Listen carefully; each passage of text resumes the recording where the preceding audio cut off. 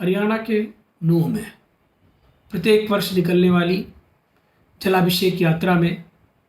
जिस प्रकार से दूसरे पक्षों के लोगों ने आकर के हिंदुओं की उस यात्रा में अवरोध उत्पन्न किया, न केवल अवरोध उत्पन्न किया बल्कि एक ही सोची समझी रणनीति के तहत एक ही समय में एक ही वक्त पर इस प्रकार की आगजनी लूटपाट और लोगों को मारना पीटना प्रारंभ किया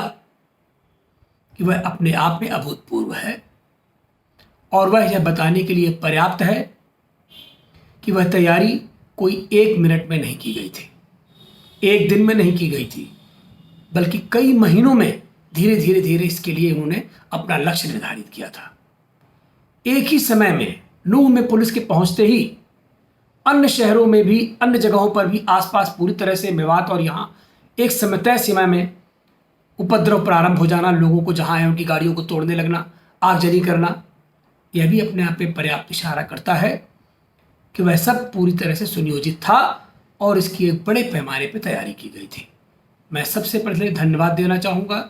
हरियाणा के मुख्यमंत्री खट्टर साहब को, पुलिस प्रशासन को और प्रशासनिक अधिकारियों को, जिनकी सूझबूझ से और उनकी जो सूझबूझ, उनकी रणनीति कौशल और उनकी जो तत्परता थी त्वरित एक्शन लेने की, उससे एक हजारों की संख्या में जो जान माल का नुकसान होता उसको रोका जा सका। नुकसान तो हुआ लेकिन जो बहुत पैमाने पर बड़ा नुकसान होता उससे हम बच गए और वह बचाने का श्रेय प्रशासन को जाता है। लेकिन यहां एक बात बहुत सोचने का प्रश्न है कि ये तैयारी जब 1 दिन 1 महीने में नहीं हुई, ये कई महीनों में लगभग साल भर के आसपास इसकी तैयारी की गई, तो उसी मोहल्ले में जहां ये शीशी, बोतलें, ईंटा, पत्थर, बारूद, गोली, तलवारें, हथियार एकत्र हुए, उनकी साजिशों की रणनीति बनी,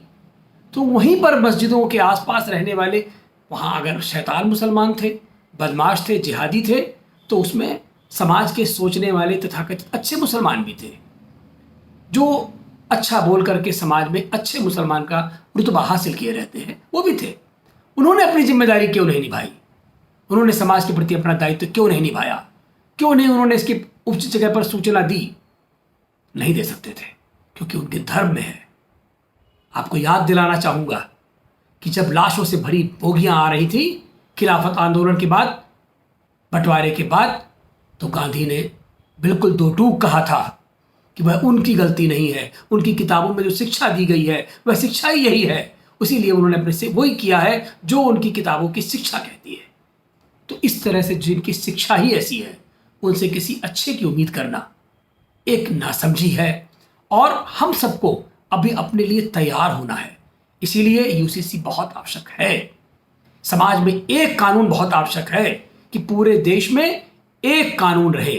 और जो बाहर के लोग हैं, रोंगियां हैं, बाहर के शरणार्थी हैं, उनको चिन्हीकरण करके उनका बाहर करना बहुत आवश्यक है। वोटिंग राइट को छीनना बहुत आवश्यक है। लड़ाई वोटिंग राइट की होनी चाहिए क्योंकि हमारे संविधान और कानून में इतनी शक्ति अब नहीं है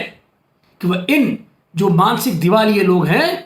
जो कुत्सित मानसिकता से भरे हुए लोग हैं, चाहे वो लव जिहाद हो, चाहे महिलाओं पे अत्याचार हो, किसी प्रकार का भी जो ये कार्य करने वाले लोग हैं, उनसे निपटने के लिए कानून की शक्तियां कमजोर हैं क्योंकि न्यायपालिका उनके प्रति कुछ सहानुभूति ज्यादा रखती है। दूसरे लोगों में, समाज में जो उनको अल्पसंख्यक होने का रुतबा मिला हुआ है, यह भी समाप्त होना चाहिए। जो ऐसा करे उनके परिवार का वोटिंग राइट समाप्त होना जब तक प्रारंभ नहीं हो